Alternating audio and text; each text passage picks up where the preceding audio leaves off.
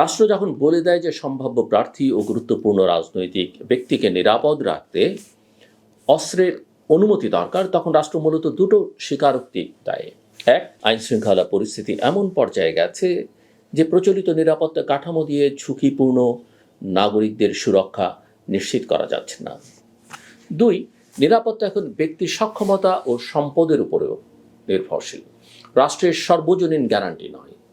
এই স্বীকারোক্তি শুধু রাজনৈতিক নেতাদের জন্য নয়, সাধারণ নাগরিকদের মনেও এক ধরনের বার্তা বসিয়ে দেয়। রাষ্ট্র আপনাকে বাঁচাতে পারবে না, আপনাকেই ভাবতে হবে। এই বার্তাই সবচেয়ে বিপজ্জনক, কারণ বাংলাদেশে নির্বাচন মানেই শুধু ব্যালট, পোস্টার, মাইক আর মিছিল নয়। নির্বাচন মানেই ক্ষমতার আকর্ষণ, এলাকার দখলদারি, দলীয় অদলীয় হিসাব নিকাশ এবং সেই সঙ্গে স্থানীয় প্রতিযোগিতার জটিল রসা। যে দেশে প্রকাশ্যে মিছিল, সমাবেশে লাঠি, রড, আগ্নেয়াস্ত্রের দাপট বারবার দেখা যায়, সেখানে কাগজে নিষেধাজ্ঞা বাস্তবে নিয়ন্ত্রণের গ্যারান্টি হতে পারে না, বরং এটি নতুন সুযোগ তৈরি করে।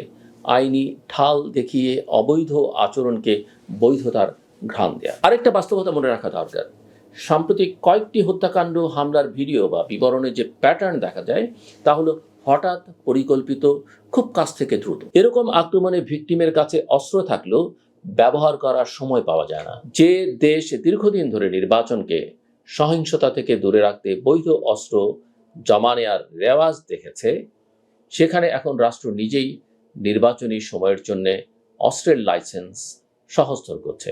এটা এক ধরনের নীতিগত ইউটার্ন। এর ফলে ভোটের মাঠে কার হাতে অস্ত্র আছে বিষয়টি ক্ষমতার প্রদর্শনে পরিণত হতে পারে। আর বাংলাদেশি রাজনীতিতে প্রদর্শন অনেক সময় বাস্তব ক্ষমতার সমান গুরুত্বপূর্ণ। একটা রিটেইনার, বিশেষ করে যদি তিনি অবসরপ্রাপ্ত সশস্ত্র বাহিনী বা পুলিশের হন, সামাজিকভাবে ভয়ের প্রতীক হিসেবেও কাজ করতে পারেন। নীতিমালায় অবসরপ্রাপ্ত বাহিনীর অগ্রাধিকার উল্লেখ আছে। উদ্দেশ্য ভালো হলেও ফলাফল হতে পারে উল্টো। রাজনৈতিক ভীতির বাজার আরো চড়া। শরীফ ওসমান হাদির ঘটনার পর নারায়ণগঞ্জ 5 আসনে বিএনপি মনোনীত এক প্রার্থীর নিরাপত্তা সংখ্যায় সরে দাঁড়ানোর ঘোষণার মতো ঘটনাগুলো দেখায় এটা কেবল ব্যক্তিগত ভয় নয়, এটি রাজনৈতিক পরিবেশের তাপমাত্রা। এমন তাপমাত্রায় রাষ্ট্র যদি অস্ত্রের পথ খুলে দেয়, তাহলে ভয় কমবে না, ভয় প্রাতিষ্ঠানিক হবে। মানুষ ভাববে শীর্ষ পর্যায়ের লোকেরাও নিরাপত্তা পায় না, তাই অস্ত্র লাগছে, তাহলে আমাদের কি হবে? এভাবেই সমাজের ভেতরে অনাস্থা আরো গভীর হয়। এদিকে নির্বাচনের আগে বাংলাদেশ ভারত সম্পর্ক নতুন উত্তেজনায় ঢুকেছে। ঢাকায় ভারতীয় মিশনের নিরাপত্তা নিয়ে উদ্বেগ দেখিয়ে ভারত বাংলাদেশি হাইকমিশনারকে তলব করেছে, আমরা সবাই জানি। এটি কূটনৈতিকভাবে ছোট ঘটনা নয়। ঢাকায় আবার মার্চ টু ইন্ডিয়ান হাইকমিশন ধরনের কর্মসূচি পুলিশি ব্যারিকেড থামাতে হয়েছে, ব্যারিকেড দিয়ে। একই সঙ্গে বাংলাদেশের এক রাজনৈতিক নেতার বক্তব্য নিয়ে আসামের মুখ্যমন্ত্রীর কড়া প্রতিক্রিয়া এসেছে, যা দুদেশের জনমত রাজনীতিতে উত্তেজনা বাড়ায়।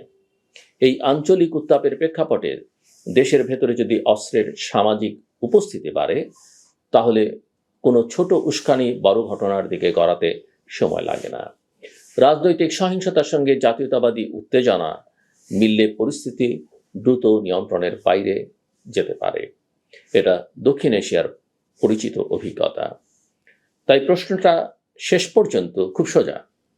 নির্বাচনকে কি আমরা রাষ্ট্রের সক্ষমতা দিয়ে নিরাপদ করব, নাকি ব্যক্তির অস্ত্র দিয়ে? যদি উত্তর হয় দ্বিতীয়টি, তাহলে নির্বাচনের লেভেল প্লেইং ফিল্ড কথাটাই অর্থ হারায়, কারণ অস্ত্র সরাসরি বা প্রতীকীভাবে ক্ষমতার অসমতা তৈরি করে। যারা অস্ত্র পাবে তারা সাহসী হবে, যারা পাবে না তারা আরো ভীত হবে।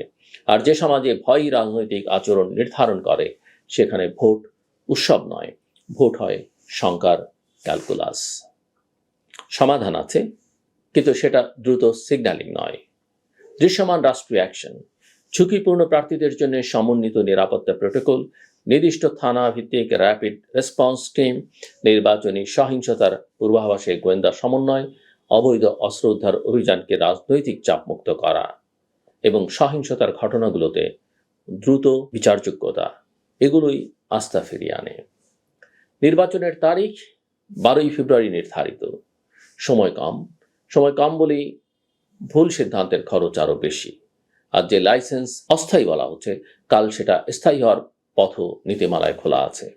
রাষ্ট্র একবার এই দরজা খুলে দিলে পরে বন্ধ করা কঠিন, কারণ তখন সবাই চুক্তি দেবে, অন্যরা পেয়েছে আমিও চাই।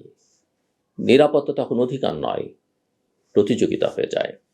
বাংলাদেশের গণ অভ্যুত্থানের পর, গত জুলাই আগস্টের অভ্যুত্থানের পর মানুষ যে আশাটা দেখেছিল সেটি ছিল রাষ্ট্র আবার দায়িত্ব নেবে, প্রতিষ্ঠান আবার দাঁড়াবে, আইন আবার সমান হবে।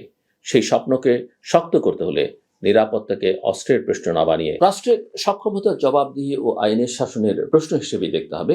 বন্দুক হাতে দিলে কিছু মানুষ হয়তো কিছুদিন বেশি আত্মবিশ্বাসী হবে, কিন্তু রাষ্ট্রের উপর সমাজের বিশ্বাস কমে গেলে সেই ক্ষতি বহু প্রজন্মের। আমার কথা শুনবার জন্য আপনাদের অসংখ্য ধন্যবাদ। আপনাদের সবার জন্য শুভকামনা।